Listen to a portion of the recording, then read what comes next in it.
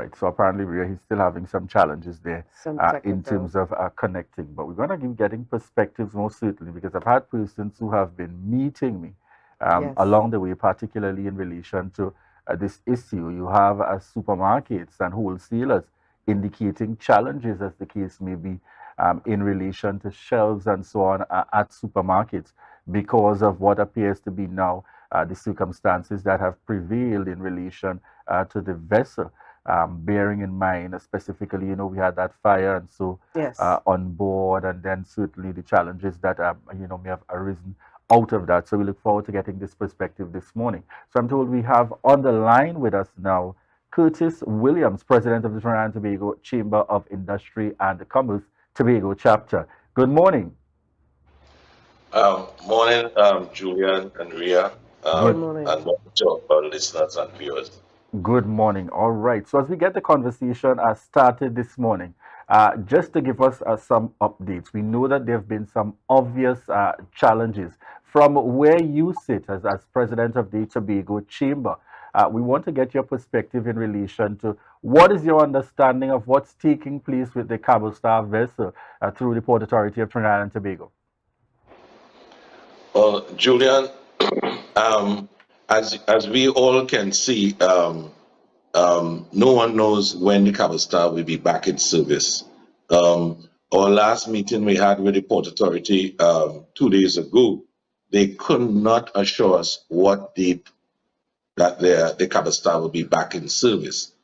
So with that in mind, I think that the port, definitely, or the ministry, supposed to put something in place, not knowing the time and date when the vessel will be back, they ought to put something in place. Presently, most of our suppliers are having stock very low, some are out of stock. The construction sector, they definitely don't have any bulk stock. Um, the those dealing with the animals with the feed, the islands is a bit short on feed for the feed for the chicks, etc. At our meeting with the Port Authority, there was some assurance given to us. Um, the Galleon passage will have been sailing every day. That's one of the assurances they indicated to us, that they will sail the Galleon passage every day except the day when they have to do servicing.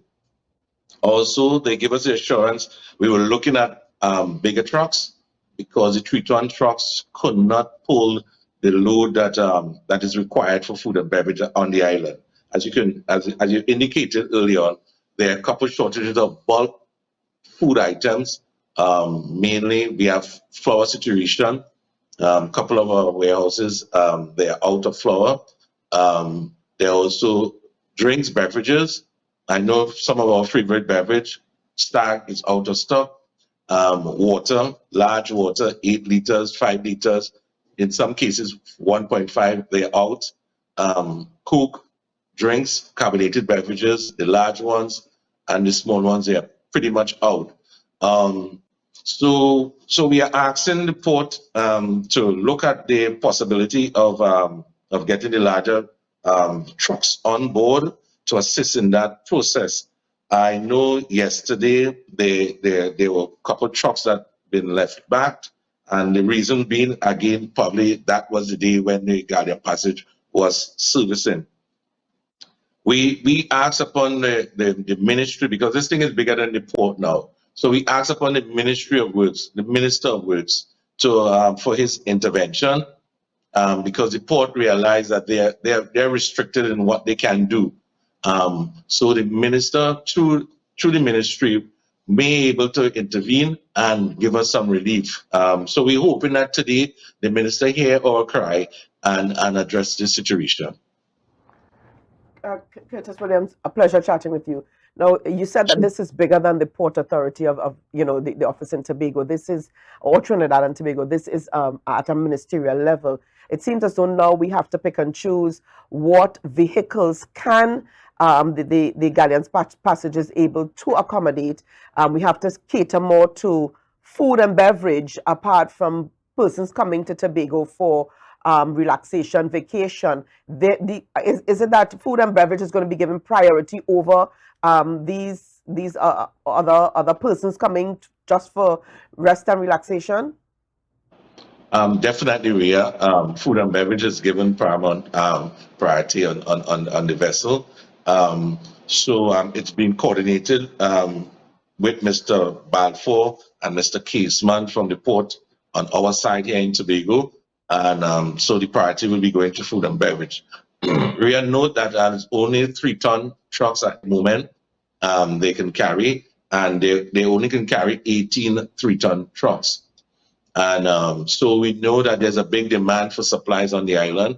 A 3-ton truck probably wouldn't take much, probably three or four pallets, if so much, and there will be a bit of restriction.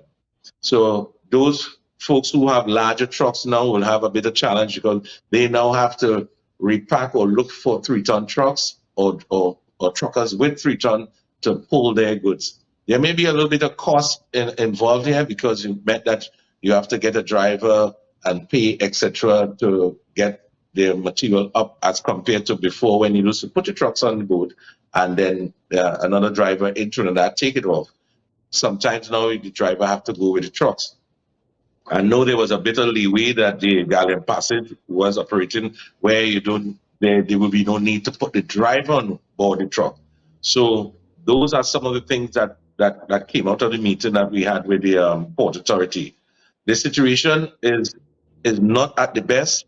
They know the situation could be worse, but we're just asking now for the ministry intervention, the minister, because we cannot, there's no word as to when the Cabo Star will be back in service. And the repairs of the Cabo Star is not met by the Port Authority, it's met by the owners. So if we are sitting here waiting on the owners, which may have constraint, we won't have a vessel within the next week or so.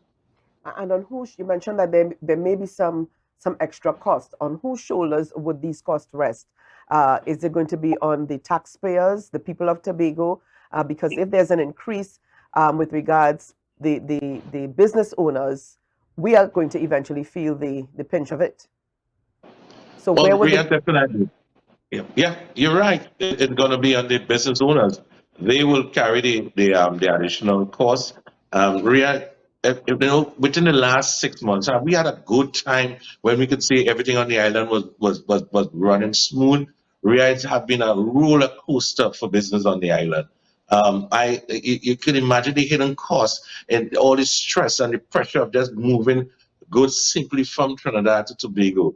And Rhea, that's not an easy task. It's really not an easy task. I mean, no one knows when fire will happen, but at the end of the day, the government ought to look at means of probably some sort of backup plans in situations like these.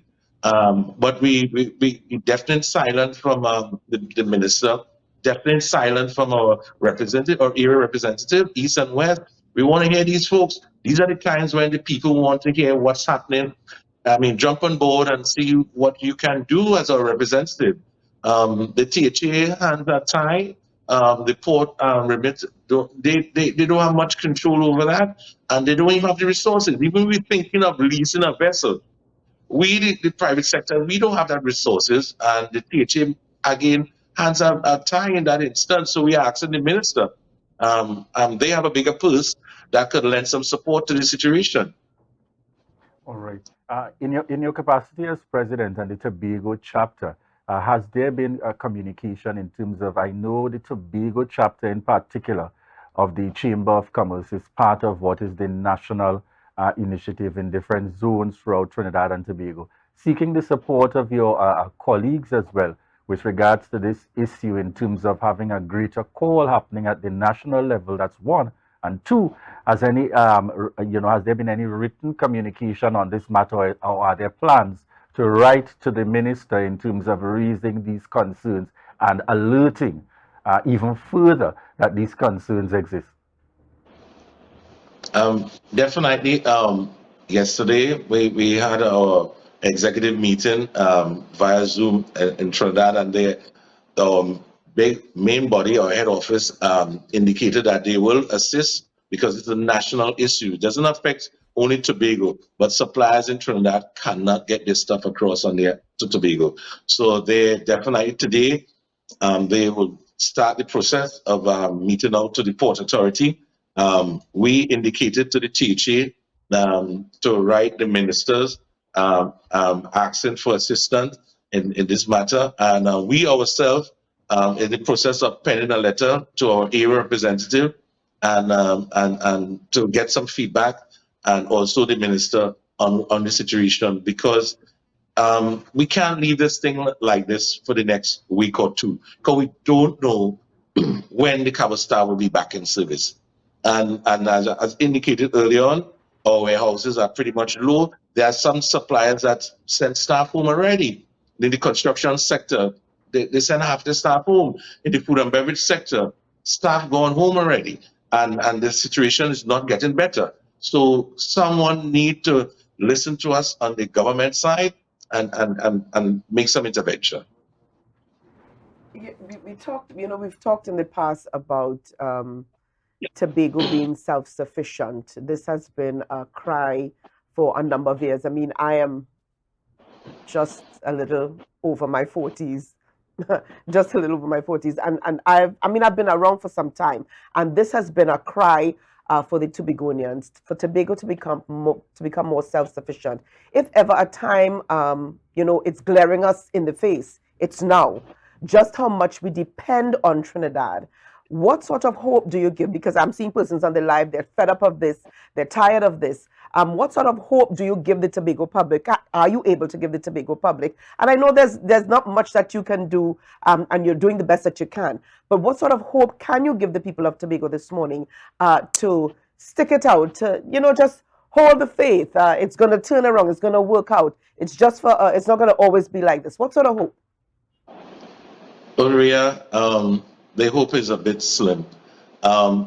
6 years ago, when we had the Sea Bridge issue, and with the fast ferry, etc., the minister, through his ministry, promised us brand new cargo vessels. That's 6 years ago, Rhea. Today, what's the conversation of that vessel? No conversation. So we see politicians make promises, and where the promises goes. And we, as a chamber and association and the Tobago public, must keep the politicians adhere to their policies. They indicated these promises, and no one keep them to these policies. And that's why we in this situation, we must let them understand that you can't promise us things and just say these things because it sounds good on news bites and etc. etc. But we're not seeing them living up to their promises. And so we call upon them to give us some conversation. Let's hear what you have to say about the situation, because the situation is not getting better, right? And as you indicated, Tobago need to really put something in place. It was bantered about that the chief sec indicated that we were looking at the transport agency, which will comprise of ASC and land. Maybe that's a move forward, and we get that agency up and running, and we look at possibilities of leasing aircraft, leasing vessels. So when things like this do happen, we just pull out our folder and we just read the plan. Because we waiting on Trinidad, we will be in real trouble, real serious trouble. All right, we want to say thank you very much there, Curtis Williams, Chairman, President of the Trinidad and Tobago Chamber of Industry and Commerce Tobago Chapter, for joining us here this morning to provide some updates. Against all odds, we're certainly looking forward, and this is a clarion call for central government, the minister with responsibility.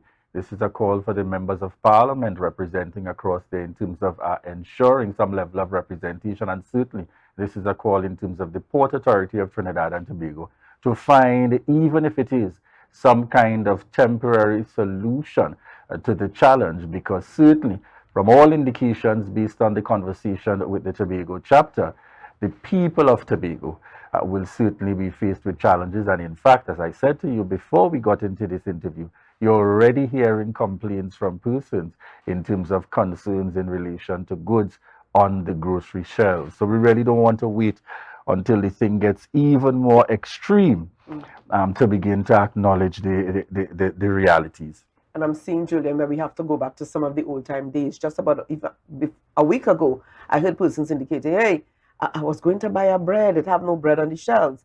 And there's so many other products that are unavailable at this point in time. So we've got to become, I'm seeing where if ever a time we needed to be self-sufficient, Julian, it is now.